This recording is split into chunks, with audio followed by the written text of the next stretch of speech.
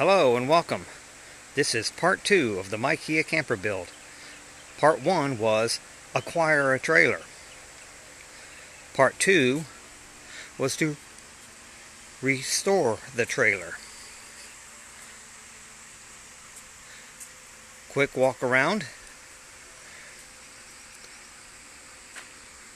The entire trailer has been undercoated and primed with galvanized primer. It has a top coat of 3 layers of automotive grade paint. The wheels have been repainted. New bearings, tires. Lights are original, but the wiring is brand new. Brand new plywood with Sherwin-Williams outdoor premium paint. There's 3 coats of that as well. The original 1.5 inch hitch has been replaced with a 2 inch.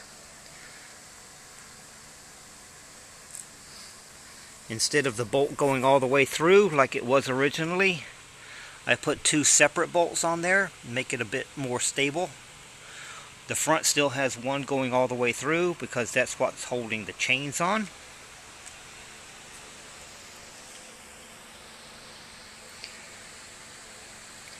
All that needs to happen is ordering the new fenders, and then part 2 will be complete.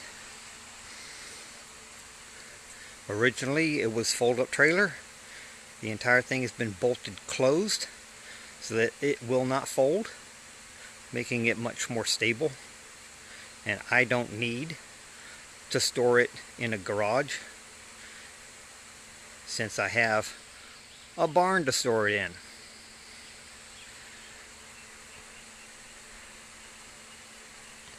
Stay tuned for part 3.